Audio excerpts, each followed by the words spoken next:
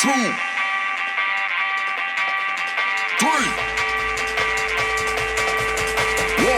2, 3. Let's go.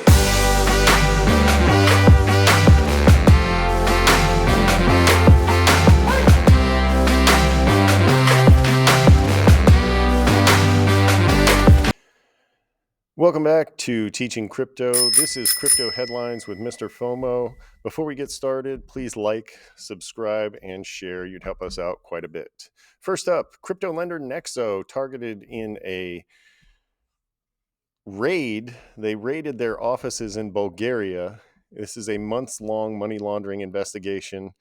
On top of that, they're in the midst of a bit of a bank run. They're claiming everything is business as usual, but it's probably not. This sounds like any of the other crypto exchanges or lenders that went under. They're saying it's fine while they're being raided by Bulgarian authorities. Bulgarian authorities are also calling them a terrorist financer, which is actually a really bad thing, and I don't expect them to be in business much longer. They want to sue Bulgaria now for obvious defamation, but we'll have to see how this plays out. But it doesn't look good for Nexo and their customers at this time. Next up, Donald Trump is selling NFTs that give you access to a Zoom call. The Zoom call will be with 2,000 other winners of this NFT drawing or purchasers of this NFT drawing. The Zoom call will be about 20 minutes. It's going to be $25 per person. And the article I read was making a bit of fun that it was only $25 per person, but it comes out to about $50,000 for the 20-minute Zoom call. So that ain't bad to me. Doesn't work out so much for the people who buy the $25 pass. It is only $25, but they only would get about 0.6 seconds per person to speak if everybody got to speak. So we'll have to see how that shakes out, but I wish that I could make about 50 grand per 20-minute Zoom call, but unfortunately that's not happening. Next up, Yuga Labs launching Dookie Dash. It's a great name for a game that's similar to Temple Run. It's by the Bored Ape Yacht Club creators. It's a skill-based game. And in order to get the first sewer passes, the first minting of the sewer passes on January 17th, you have to already be involved in the Bored Ape Yacht Club universe. So you have to own one of the Bored Apes already. Your Bored Ape will then mint a sewer pass for you. You can begin playing, and then the skill-based mints begin on the 18th. Good luck to those of you who are going to be Dookie Dashing. The SEC is after Gemini.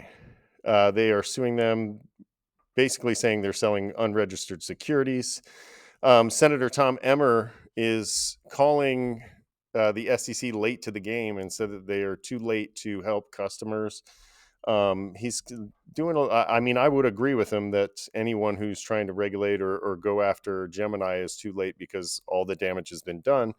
But Senator Tom Emmer, where were you at on that one? It's fun to say that the SEC is late to the game, but you're reacting to their reaction. So our government kind of fell short in protecting the consumers or the retail investors all the way around.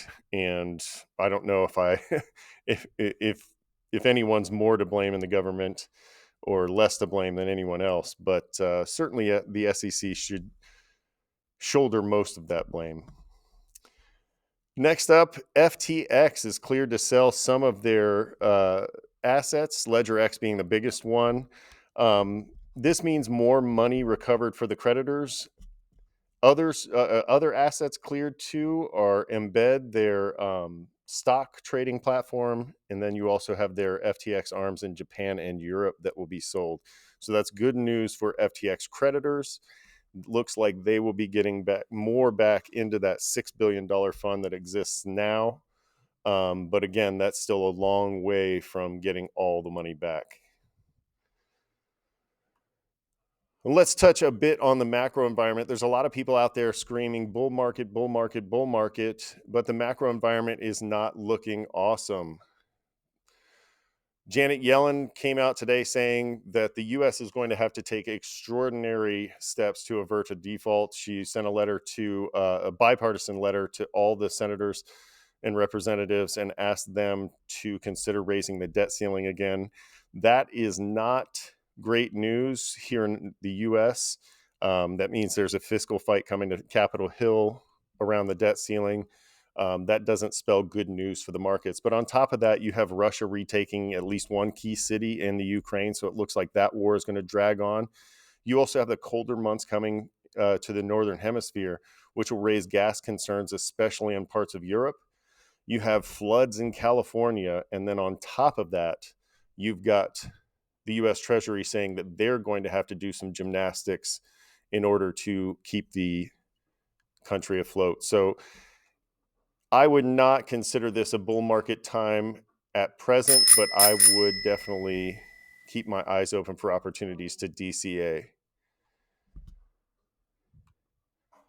Let's go to top movers in the last 24 hours. You've got Aptos, APT, Optimism. Aptos is up about 10.6. Optimism's up about 14.9. You've got Gala. You've got Gala up 20.9. Fracshare is one that we're not too familiar with, but you've also got Decentraland and Phantom, some really good projects there. So if you're into those gaming projects, you might want to take a few profits.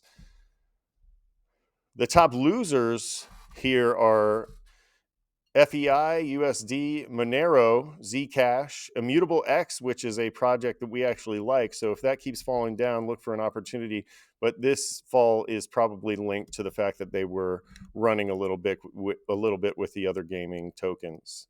Over the 7-day, Gala, Aptos, Optimism, Zilliqa, Decentraland, Sandbox, a lot of metaverse and gaming out there are moving. And then the ones not moving, again, FEI, USD, Nexo, lots of trouble there for Nexo. We mentioned earlier, Unis, Binance USD, these are all flat because they are stable coins. And that's about it. That does it for your crypto headlines for today, January 13th, 2023. Please like, subscribe, and share this video. And have a great day, everybody. We'll see you next time.